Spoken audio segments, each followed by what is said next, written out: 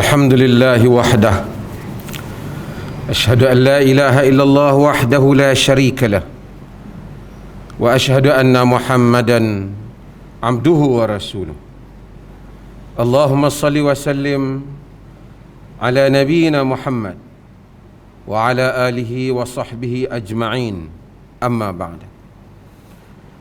يا أيها الذين آمنوا اتقوا الله حق تقاته ولا تموتن إلا وأنتم مسلمون. Sidang Jumaat yang dirahmati Allah, marilah kita semua bertakwa kepada Allah. Tidak ada di kalangan kita yang suka jika dia dipanggil pengotor, kerana apabila kita dipanggil pengotor, berarti kita mempunyai satu nilai yang sangat buruk ataupun jelek di dalam diri kita. Namun apa yang mendukacitakan, kita lihat di dalam negeri kita ini, bahkan di dalam negara kita, di sebahagian tempat, di kampung, di bandar, di rumah orang Islam, tak zahir padanya ciri kebersihan.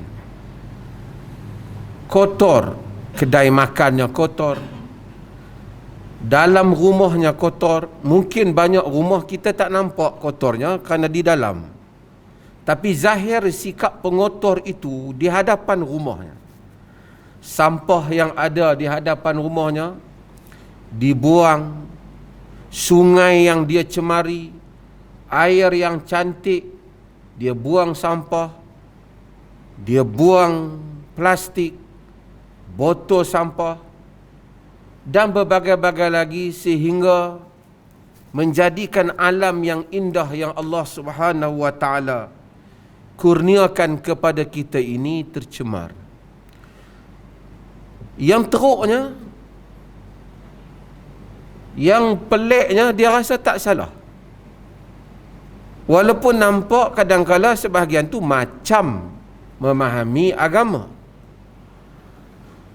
Allah Subhanahu wa taala dalam wahyu yang awal, sejak awal, dalam surah Al-Mudaththir, Allah menyebut kepada Nabi, wa thiyabaka fatahhir, maka pakaianmu hendaklah engkau bersihkan. Yakni syarat untuk satu orang kembali atau menjadi beragama, hendaklah dia membersihkan diri dia, membersihkan pakaian dia, membersihkan tempat tinggalnya. Dan Nabi SAW dalam hadis yang diriwayatkan oleh Imam Muslim, baginda menyebut, at-tuhuru syatrul iman. At-tuhur yakni membersihkan. Kau bersihkan diri kau, tanazzuh, bersihkan diri, bersihkan pakaian, bersihkan tempat tinggal, sebahagian daripada iman. Artinya, kalau kita tengok kedai orang Islam yang pengotor, artinya dia kehilangan satu ciri penting, sebahagian daripada iman. Kalau kita tengok rumah orang Islam yang pengotor, artinya hilang sebahagian daripada iman. Kalau tengok masjid orang Islam kotor, lagi teruklah. Ini kita pergi masuk ke kampung orang Islam, tengok di jalan, tong sampah ada, plastik duduk di luar. Plastik tu berapa puluh tahun sebab baru boleh hapus, 100 tahun kadang-kadang tak habis lagi plastik. Air banyak di negeri Perlis ni, kita tengok mata air sana sini, tapi tengok botol air mineral, bekas minuman, plastik. Pasal dia duk kira dia saja, dia buang. Sebahagian tu naik kereta, buka cermin, buang sampah.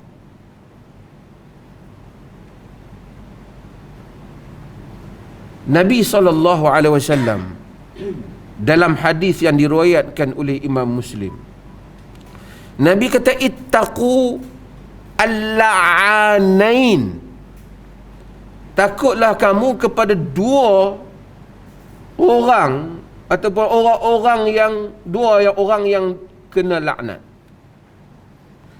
Dalam agama ni laknat orang tak boleh, tapi yang ni macam nampak Nabi kata kalau orang laknat jadi, kamu kena takut.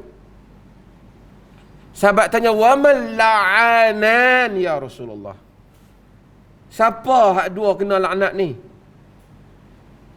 Nabi kata, allazi yatakhalla fi tariqin nasi au fi dhillihim, orang yang buang najis pada jalan manusia atau tempat teduh mereka. Maksudnya apa? Orang yang menyebabkan orang lain jadi terganggu. Orang lalu terpijak najis dia, ataupun orang nak berehat terganggu dengan najis dia. Hadis ni terpakai lah. Orang yang guna tandas masjid, tandas awam, tandas apa, tak bersih balik. Dia rasa tak bersalah, dia rasa tak ada apa. Orang yang kemudian siapa yang tak guna betul, kawan kemudian marah. Kalau kontu laknat dia, Tuhan balas dia ni. Nabi kata jaga, kena ke dia satu masa nanti. Sama yang buang plastik di sungai, sama yang buang plastik di mata air, buang plastik di jalan, buang kotoran ni dengan sampah dia buang. Orang yang lalu tengok kotor. Kadang-kadang satu kampung elok, 90 rumah ada, satu rumah yang pengotor, orang masuk nampak hak kotor. Agama larang. Jiran kita sebelah, Thailand, bukan negara orang Islam, lama sempadan tak buka. Kalau buka kita tengok, kita masuk tempat rehat depa elok, tandas depa bersih. Masuk dalam kampung-kampung orang Siam di Thailand tu, bersih kampung depa. Tak padan dengan sebahagian orang Islam kita, bukan semua, yang semayang sehari 5 kali, ambil wuduk, belajar bab, semayang tak sah kalau kotor, ada najis, tapi kampung kita tidak bersih.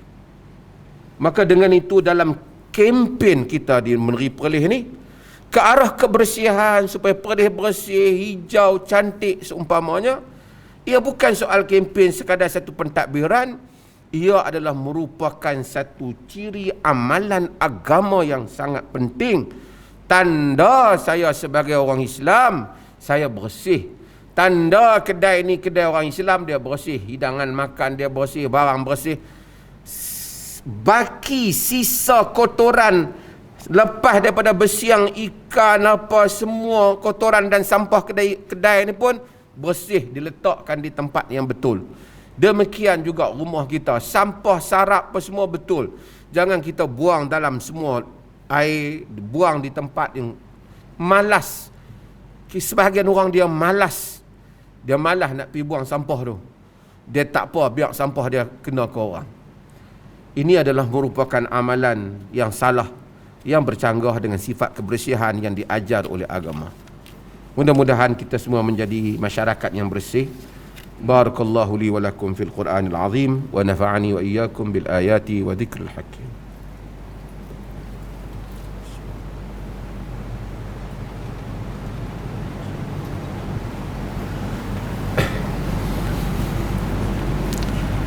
Alhamdulillah, wassalatu wassalamu ala rasulillah wa ala alihi wa sahbihi wa man tabi'ahu wa nasarahu wa wala.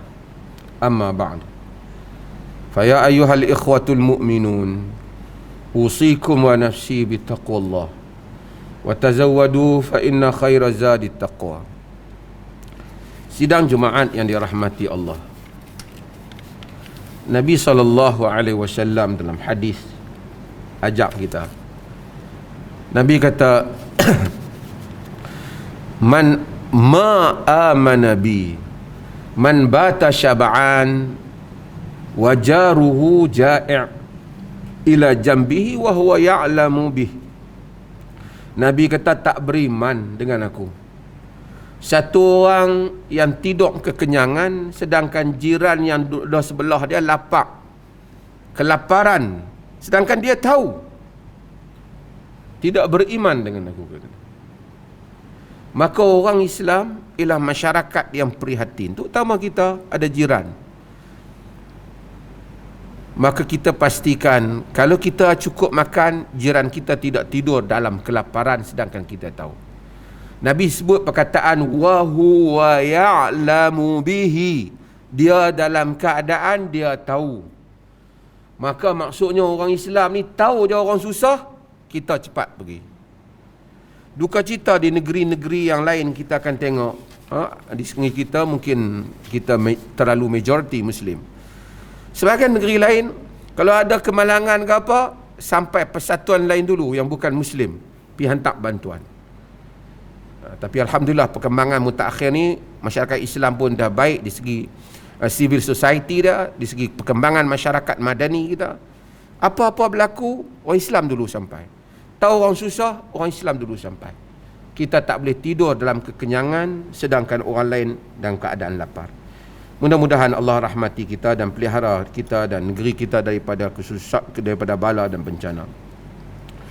Allahumma inna na'udzubika minal barasi wal junun wal judham wa min sayyi'il asqam.